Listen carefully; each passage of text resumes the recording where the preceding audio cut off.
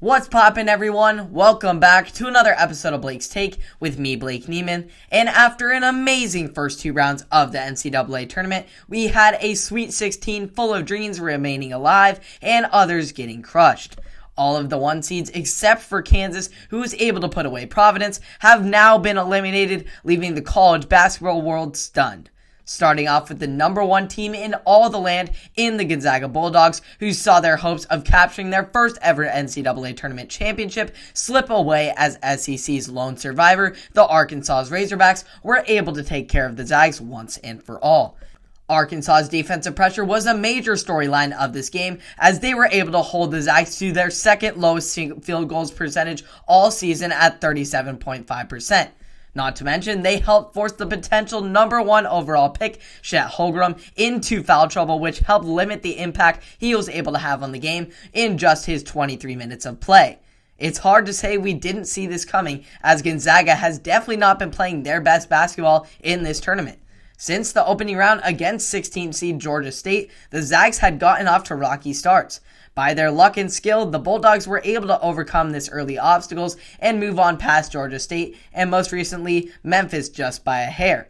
This time around, the Zags weren't able to overcome these early struggles as their luck and skill ran out and Arkansas was able to shut the door on what was possibly their best chance at a championship run.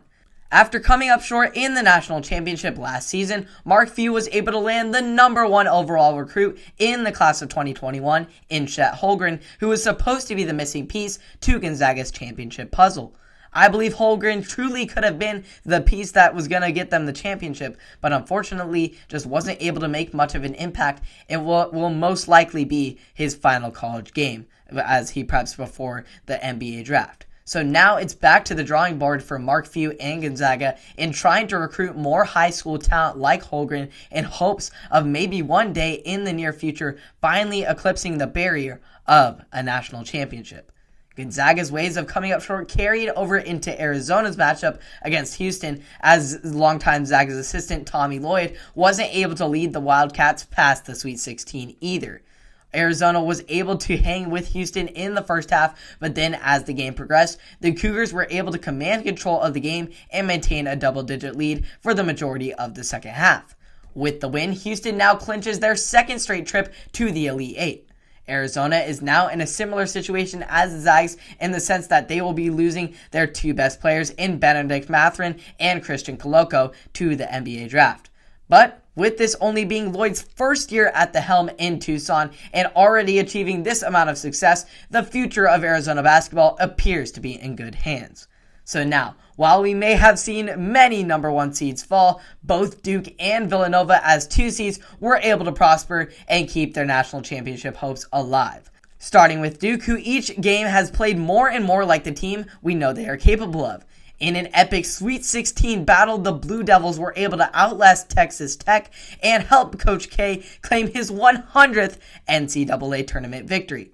Thanks to a remarkable performance in the second half, the Blue Devils were able to shake off their first half shooting struggles and find a way once again to compete down the stretch, due in large part to Paulo Banchero, who led the offensive assault with 22 points, while Jeremy Roach has continued to come through in clutch time. To be able to work through an elite defense like Texas Tech is impressive and is definitely deserving of its props. But Duke is going to have to prove they can replicate this success against a scrappy Arkansas squad for a chance at one last Final Four berth for Coach K. As I mentioned earlier, Villanova was able to take care of business and cool down a red-hot Michigan team coming off a big win over the SEC champions, Tennessee. But there was no better story to the Sweet 16 than St. Peter's, who once again found magic in the madness, knocking off number 3 seed Purdue to become the first 15 seed ever to advance to the Elite Eight.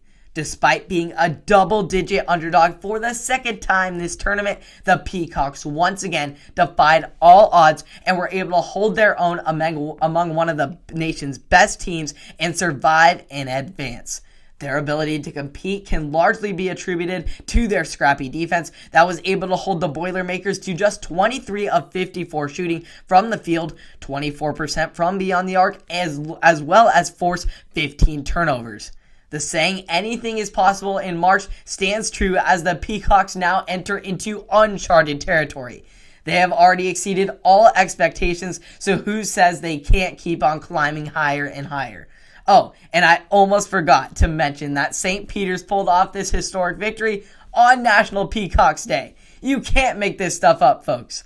This tournament storyline just keeps on getting better and better, and I cannot wait to see which 4 teams will win their regional championships and advance to the beloved Final Four in New Orleans. Hope y'all enjoyed the Sweet 16. It was very sweet as well as bittersweet for some of those 1 seeds like Arizona and Gonzaga. But the Cinderellas always prosper in March, and it's been amazing to see. And I can't wait to keep you up to date on all that's going on. Tune in on Apple Podcasts, Spotify, and or YouTube. All of the socials as well on Instagram and TikTok, all at Blake's Take. Subscribe and like to stay up to date, and I will see you all in the next one. Have a wonderful day.